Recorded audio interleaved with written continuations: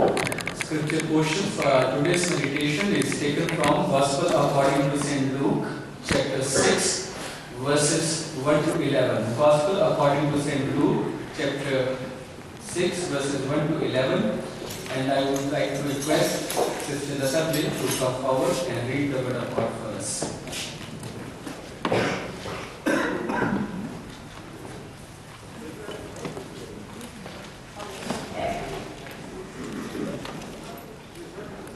Gospel of Luke, chapter 6, verses 1 to 11. One Sabbath, Jesus was going through the cornfields, and his disciples began to pick some ears of corn, rub them in their hands, and eat the grain. Some of the Pharisees asked, "Why are you doing what is unlawful on the Sabbath?" Jesus answered them, "Have you never read what David did when he and his companions were hungry? He entered the house of God, and taking the consecrated bread, he ate what is lawful only for priests to eat, and he also gave some to his companions." Then Jesus said to them, "The Son of Man is Lord of the Sabbath." On another Sabbath, he went into the synagogue and was teaching, and a man was there whose right hand was shriveled. The Pharisees and the teachers of the law were looking for a reason to accuse Jesus. So they watched him closely to see if he would heal on the Sabbath. But Jesus knew what they were thinking and said to the man with the shriveled hand, "Get up and stand in front of everyone." So he got up and stood there. Then Jesus said to them, "I ask you, which is lawful on the Sabbath, to do good or to do evil, to save life or to destroy it?" He looked round at them all and then said to the man, "Stretch out your hand." He did so, and his hand was completely restored. But they were furious and began to discuss with one another what they might do to Jesus. Thank you, Lord, for hearing this.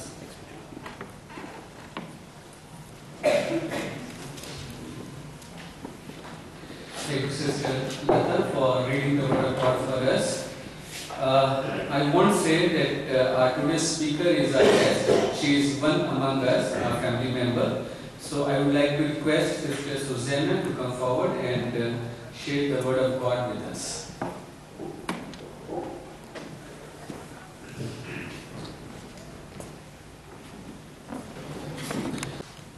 Good morning, church. Good morning. Thank you once again for giving me this opportunity to come and speak to you from the Word of God. Let's bow our heads in prayer. Heavenly Father, Lord God King, we come into your mighty presence, Lord. Thank you for your word, Father. We thank you for Jesus, the Word who became flesh for us, so that we might have abundant lives. Dear Lord Jesus, you died on the cross so that we may know no pain. And as we look towards your word, Father, as we look towards you, Jesus, you who are the Word, I pray that you talk to us in our respective situations, so that, dear Jesus, your pain, your sacrifice, your life teaches us who you are, because we know so little about you. You are so much, and you know so much. I pray, dear Lord Jesus, that today in our situation, in our personal circumstances, speak to us and help us deal with that as you would, and give us that confidence that in you we enter God's rest. We ask this prayer in Jesus' mighty name. We read from the Word of God and we understand from it that when Jesus spent his time on earth, every interaction and every interface that he had with the Pharisees Pharisees criticized him.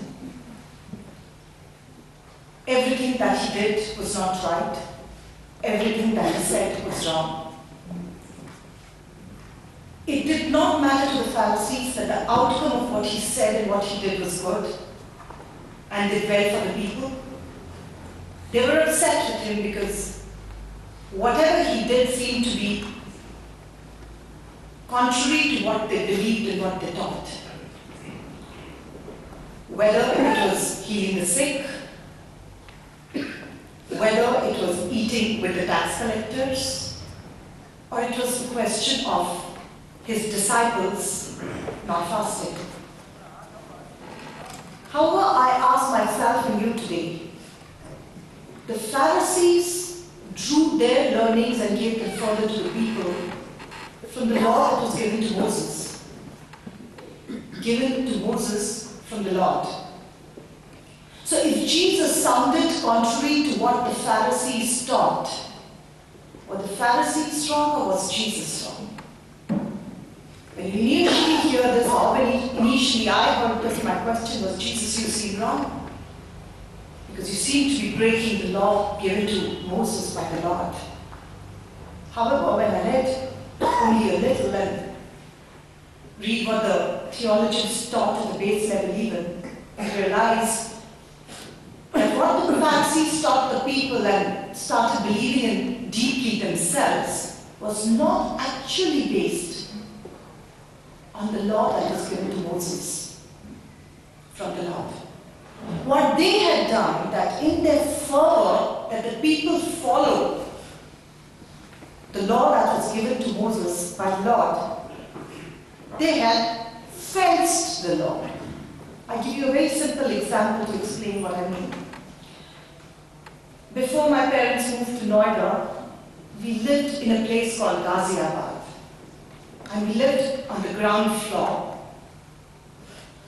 And our house opened into a small garden.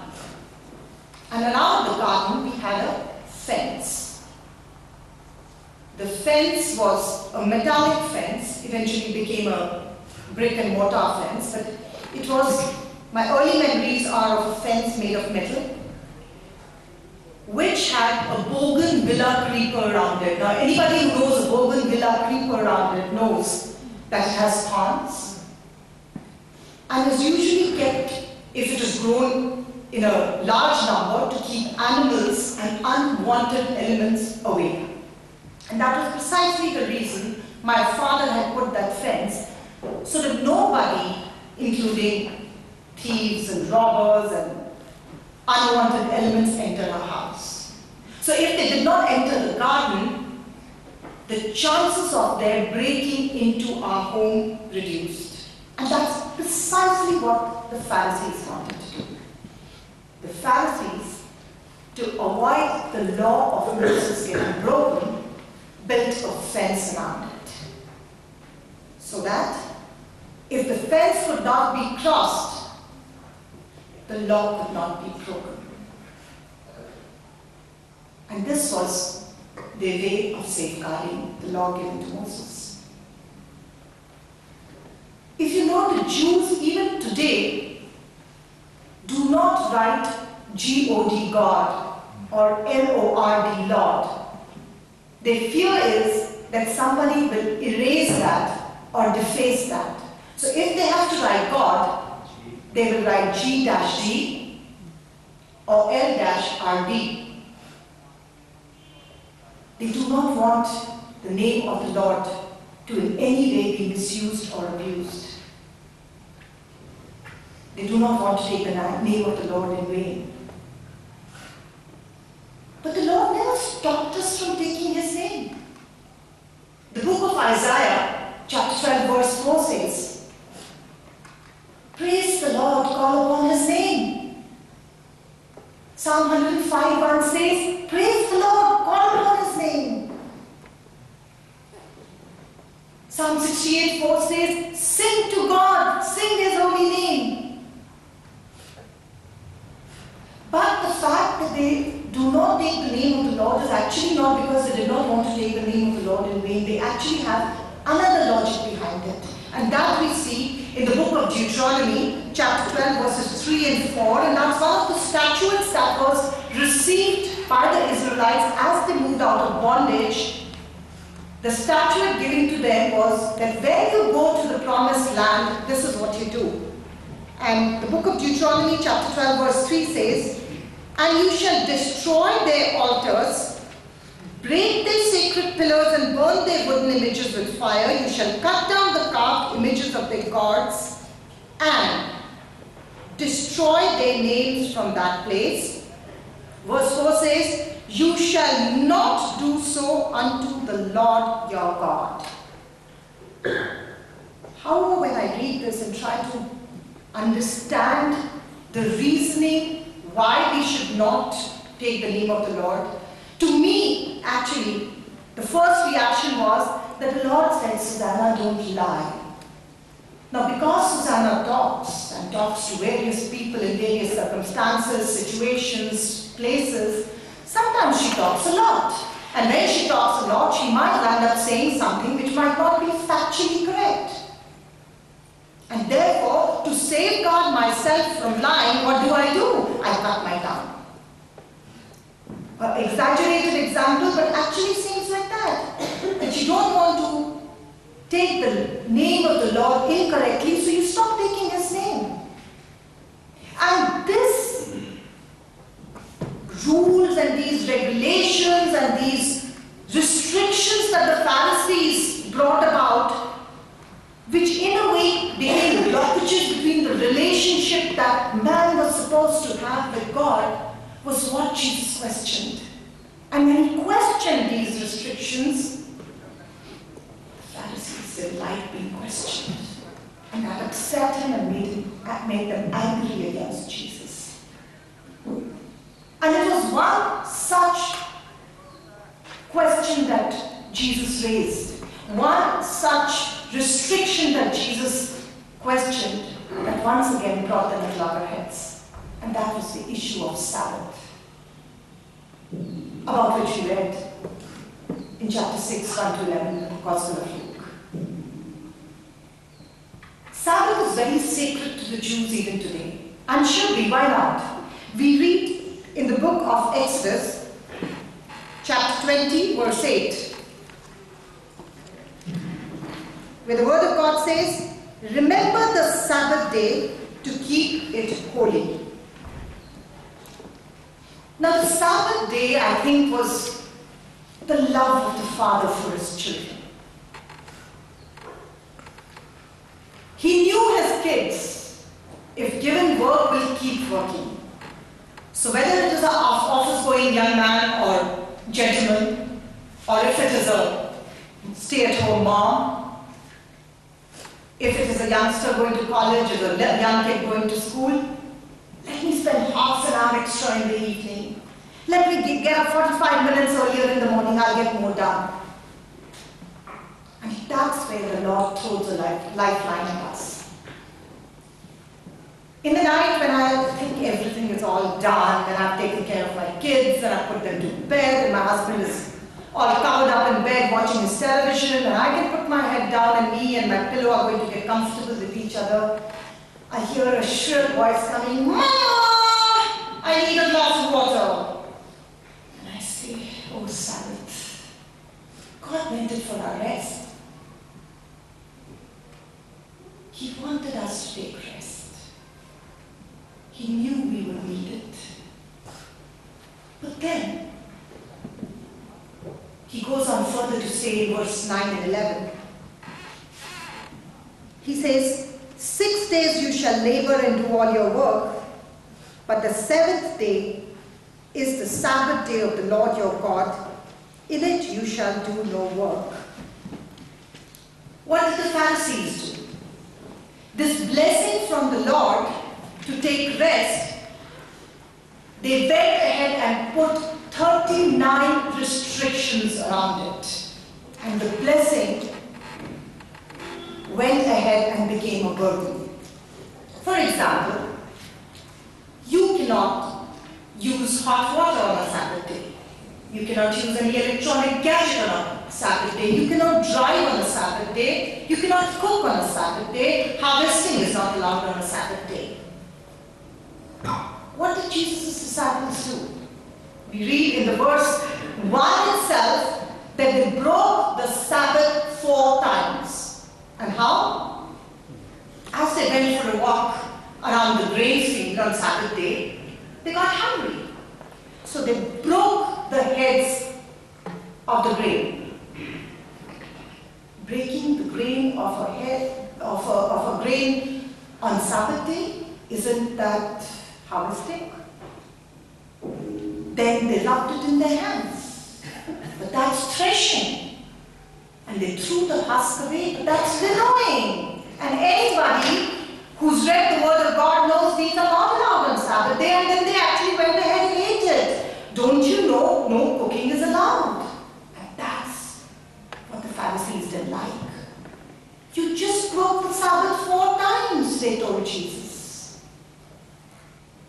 We who've gathered here in the church in the name of the Lord today, I ask myself, and I ask you, with due humility, what are the fences that we have created around ourselves, which are keeping us away from understanding the Lord, the Almighty Jesus? These restrictions, this fencing that the Pharisees did, made them feel very high and mighty, made the mistake. They felt very holy and very spiritual. They know they thought they were doing wrong. Are we making some fences around our heart which make us feel extremely holy,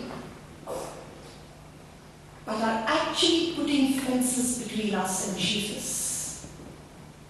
To us, Jesus says today, Son of Man is Lord of the Sabbath. Then Jesus, the word of the Lord goes on to say, then Jesus did something further wrong on Sabbath day. We read 6 verse onwards that he saw a man with a withered hand, shriveled hand. And Jesus actually healed him. Now that's not allowed on Sabbath day. You cannot heal anyone on Sabbath day unless his life is under threat. And a man with a shriveled hand who's lived all his life with a shriveled hand is not under threat. His life is not under threat. Then how dare Jesus heal him? I ask myself and you in due humility today, how are we making our decisions? How are we taking the calls that we take in our lives? Are they based on love, mercy, kindness, compassion, like they would for Jesus? Or are they ritualistic, based on rules, regulations, and what we think is being a believer? You know, these Pharisees, like I said, and you know, knew the word of God like no one knew the word of God. They should have known God when they saw him. But they saw Jesus and never recognized him. We might know the word of God like the back of our hand. But do we know Jesus? Who is the Jesus that we want, and who is Jesus really? Is he the blonde-haired, blue-eyed, fair-skinned, clean-robed, sandal-wearing, nice Jesus? Or is he that dirty carpenter who came to clean me from within and without? Everybody knows the word of God says he was no handsome. I remember as a little girl, we went for a wedding party, and a new bride had come home, and we had gone for the reception, I think. And Mummy has told me this story umpteen times, so forgive me if it's not 100% correct, but I think what I remember from it is that I saw the bride sitting there, all pretty in her bridal finery, and I think something, the story goes there, I turned around and I told my dad, I don't like my mom, she's dirty and she's getting old and she washes utensils and she does all the household work. I want her as my mommy. Look at her, she's so pretty. Are we doing this to Jesus?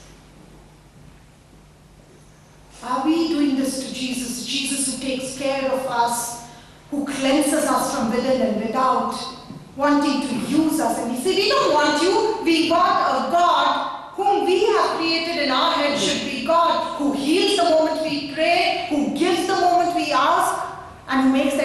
our right the moment we want it. But that's not God. Jesus said, I have come to put new wine in new wineskin. He cannot put new wine in old wineskin. I am so sorry for myself and for those of us who think that he can. Having said all of this, I want us also to understand that Jesus in no way demeaned the Sabbath day. He no way said break Sabbath. He himself did not break Sabbath. He did not do anything which can be construed as doing any physical activity towards healing this man. What Jesus did was he made us understand why Sabbath day was instituted in the first place. Sabbath day was instituted by God the Father for a couple of reasons, actually 3 reasons. The first being rest. The Lord wanted us to have rest, like I said. Can we turn to the book of Deuteronomy, chapter 5, verse 5. The book of Deuteronomy, chapter 5, verse 5, where the Lord's word says, and remember that you were a slave in the land of Egypt, and the Lord your God brought you out from there by a mighty hand and by an outstretched arm. Therefore the Lord your God commanded you to keep the Sabbath. The Father has got you out of bad bondage. You know, if I was in my church right now, I would have made my congregation say that 4 times, but I'm not going to do this here. But I want you all to believe this. The Lord has brought you out of bondage. Whether that bondage is work, whether that bondage is your anger, whether that bondage is your ego, whether that bondage of yours is selfishness, whether the bondage of yours is bitterness, whether that bondage of yours is unforgiveness, He has brought you out of that bondage.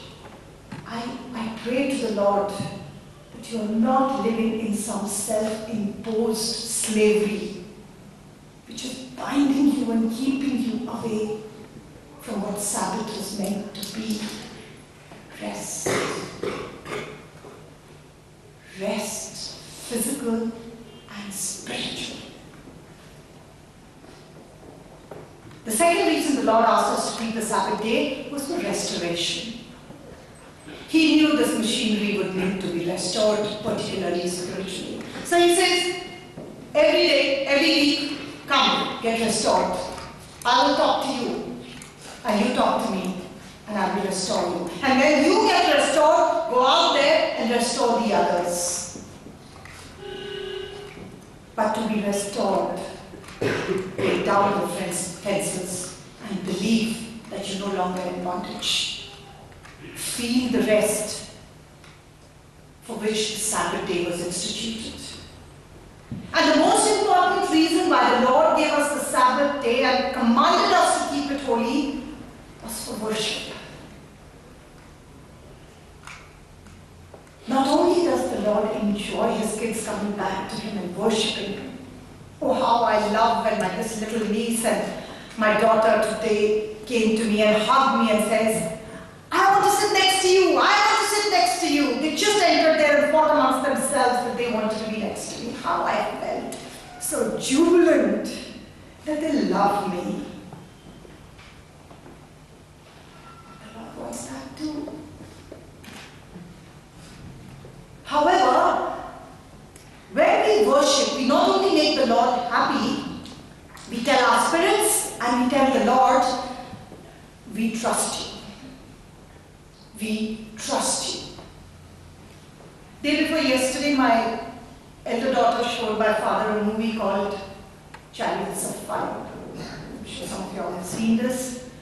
And my father, when I met him after that, I was out and when I came back home, he held his head in his hand and he says, it's done something to me. The movie's done something to me. And for those of you who don't know about this, the movie is about this gentleman who was a missionary, born to missionary parents by the name of Eric Liddell. Eric Liddell, besides being a missionary, was an exceptional sportsman. He was an athlete who ran the 100-meter race very well. And the 1924 Summer Olympic Games, which were held in Paris, he was supposed to participate in that. However, a few months before the race was actually going to be held, he received the schedule for the races. And the schedule said, heats for the 100-meter race, Sabbath day. And Eric raised up his hands and says, I'm sorry, my Sabbath day is a day of rest, restoration, and worship. I need to go back to my Lord, get my tank refueled. I cannot run the race. I cannot run the heats. And the International Olympic Association said, if you don't run the heats, we're sorry, you can't run the finals based on whatever timing you already have. So what did Mr. Little do? Did he give up and say, okay, it's all right, I can miss one day of church, I don't need to be rested, restored, and worship the Lord just one day. The Lord understands. Mr. Little went back to worship and he says, I trust you. And he said, I'm sorry, I cannot run 100 meters in which I excel. Let's see, maybe I can run 400 meters. But 400 meters, his timing was 49.6 seconds, which was nowhere in the reckoning. But he says, I trust the Lord, and he said 400 meters it will be, so because it's not on Sabbath day. And just when Eric Little was about to run to 400 meters, somebody came and gave him a little slip which said, you honor him, and he will honor you. Eric Little ran that race in record time of 47.6 seconds, which was a world and Olympic record. You honor him, and he honors you. But does that mean that Jesus is saying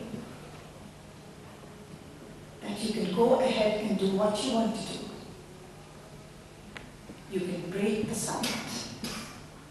You can break the rules, so long as they are based on love, compassion, mercy, and human need, like his disciples had just done, or he had healed his dad.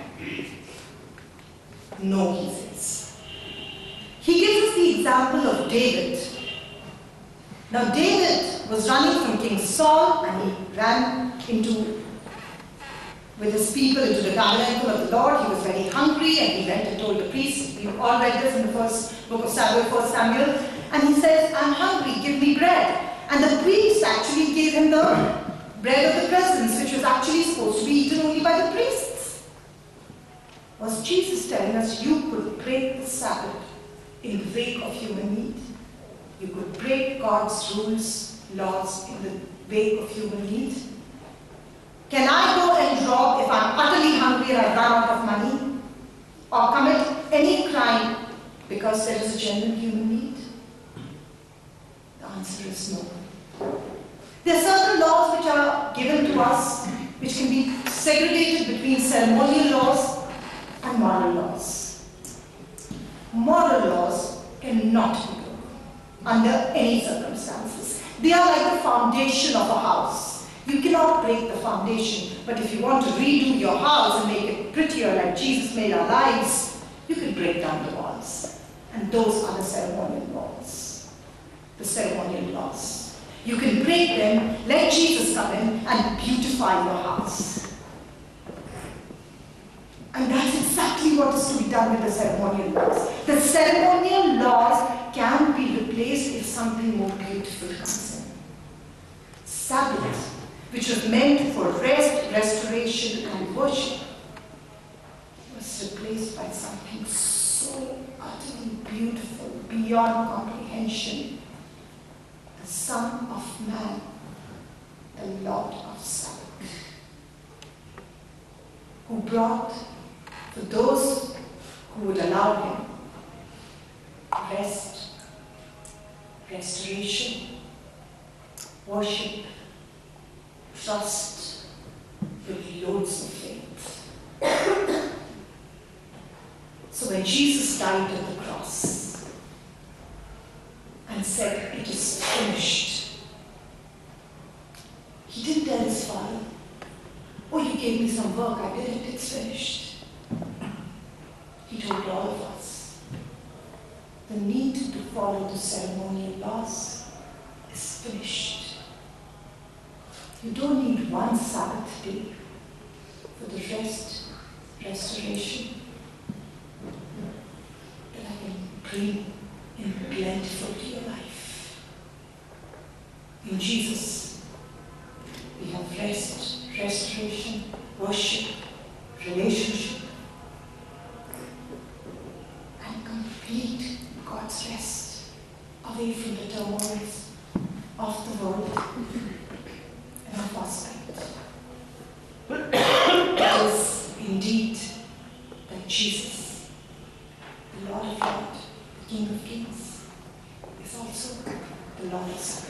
Let us pray. Oh dear Jesus, thank you for who you are. I thank you for what you've done to our lives. I thank you for taking it all on yourself so that we may have life in abundance, my Father. And Father, as we learn from your word today, that you came so that we may enter God's rest, as we read in the book of Hebrews chapter 4. I pray, dear Lord, that those who seek your rest, you may knock on the doors of their heart further today, and with your grace, Father, may open it and allow the Prince of Peace to come. Not the Jesus who is hanging by our living room walls, not the Jesus who is merely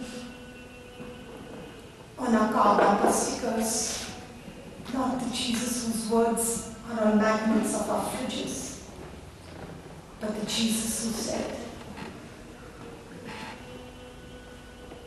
"In me you have life abundantly."